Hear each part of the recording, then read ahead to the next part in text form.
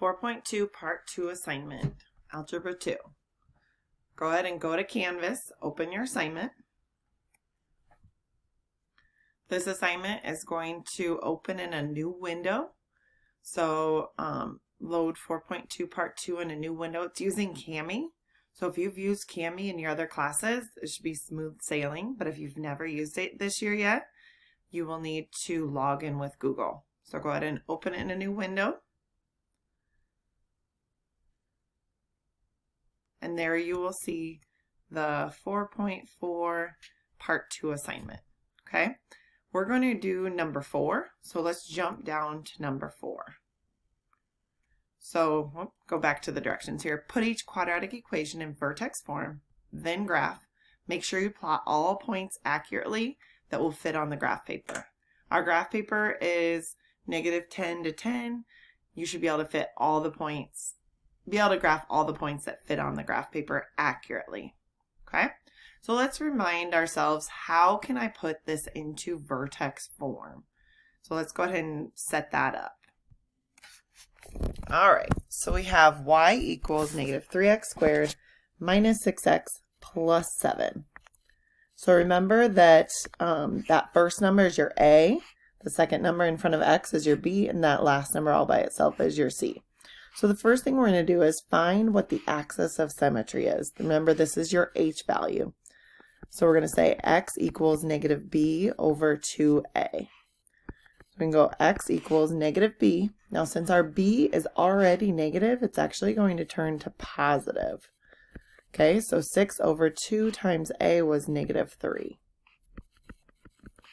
So 6 over -6, and x would be -1. So now, when we come down here and figure out what the vertex is, it's going to be -1 comma something. So just think back to when you were making tables to graph.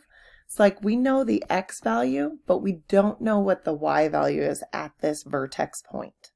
Okay, so what we want to do is plug in -1 to your original equation.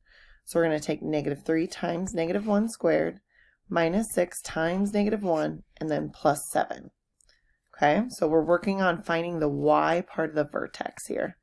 Now, order of operations tells us that we should square the -1 before I multiply it times the -3.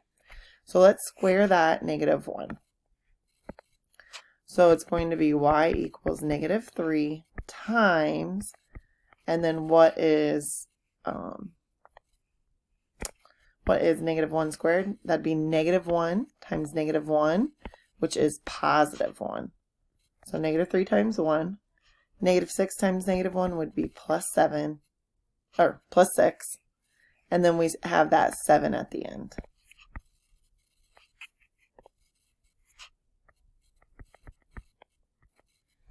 Okay, so then -3 times 1 would be -3 plus 6 plus 7.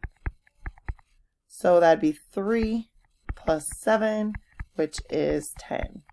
So that means when x is -1, your y value is 10, and that is also going to be the vertex on our graph.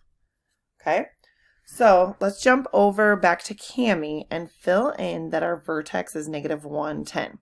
There's a lot of ways to do this. You guys can use the drawing tool and just use your mouse to write -1, 10, or you can use the text box tool. Your choice. So whatever you choose is perfectly fine. So I'm going to use the text box tool to write my vertex. So just click on text box and then click on whatever color you want to write it in. And then just tap and it will make a text box. So we want our vertex to be -1 and 10. Oops. Okay. So what is this equation in vertex form? Okay, so remember, we're going to make another text box. So I'm just going to click it again. Got another new text box. Okay, so we put our a value, which was -3, times x minus h. Now your h is this -1, but when we go x minus a -1, it's actually going to be +1.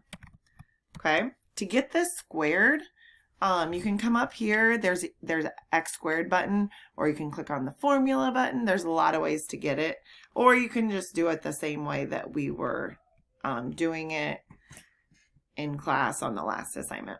So I'm going to try this button. There we go, that worked. And then my K value was 10. So there's my equation in vertex form, okay? So now for the graph, I'm going to use the drawing tool now, and I want a different color so that it doesn't blend in with my graph. So I'm just going to click blue. Okay, so I want my vertex at -110. All right, -1 and then 10 clear up at the top. So the graph paper is -10 by 10. So -110 would be the top point. And then if you think of the parent graph, this is going to go 1 squared would be 1, 2 squared would be 4, and it'd be kind of going up here. But this one has a negative and it has a 3. So I'm first just going to graph what -1 would look like.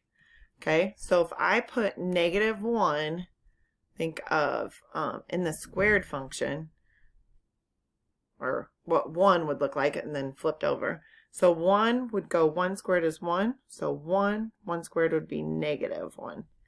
2 squared would be 4 or -4. 3 squared would be 9. Remember, this is going by 10. So we've got -9 here. 4 squared would be 16. So we've already went down 10, goes 6 more. 11, 12, 13, 14, 15, 16. So that's just the right side of that negative x squared function from our new vertex. But I wanted it to be a -3. So what I want to do is triple the y value of each of those points. Okay? So from my new 0, 0, I had the point 1, 1. But it was negative, so we're going down 1. So now I want to triple that. So I'm going to go 1 and then -3. So it's going to be right here. So it's getting stretched by a factor of 3. So the next point was 2, 4, but I want to triple that. So it's going to be 12, 2, 12. So 2 and then -12 from this point. So over 2, instead of down 4, we're going to go down 12 because we tripled it. So there's 4, 5, 6, 7, 8, 9, 10, 11, 12. Okay. Then the next point was 3. 3 squared was 9. So 9 times 3 would be 27. That actually won't fit on here because we go down 10 more. There's 20. So it'd be clear down at the bottom below your screen somewhere. All right, so this is what it's going to look like on the right side of the graph, but let's remember that middle line is the axis of symmetry. So each of these points are going to be reflected over that middle line there. The axis of symmetry was at -1, and then this one would be down here. So again, it's 2 to the left. Normally it'd be down 4, but times 3 was down 12.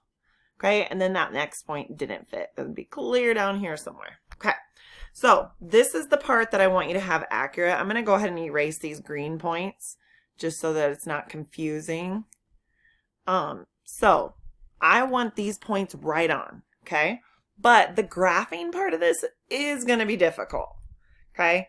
I'm just going to grab a different color, or actually I'll just go.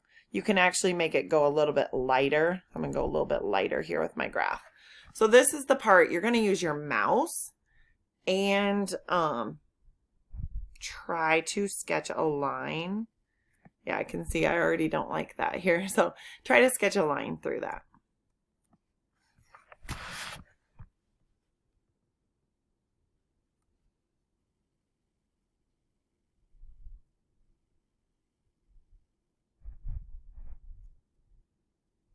Okay, and then we can put an arrow to show that it's going to go on forever.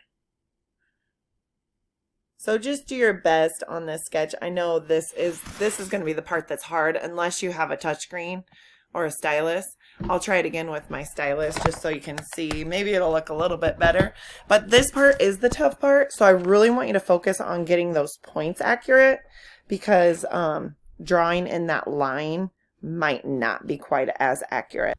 Okay, there we go. I was able to go in with my stylus and make it a little bit straighter. So just do the best you can at the line with the line. But again, the important part that I'm going to be paying really close attention to are those points. So make sure those points are accurate, because I know the line is hard to make it accurate. Okay. All right. I will be in for office hours today, so feel free to come see me today. Email me also. Maybe take a picture of what you're struggling with. Email me if you need any help. All right. We'll see you later.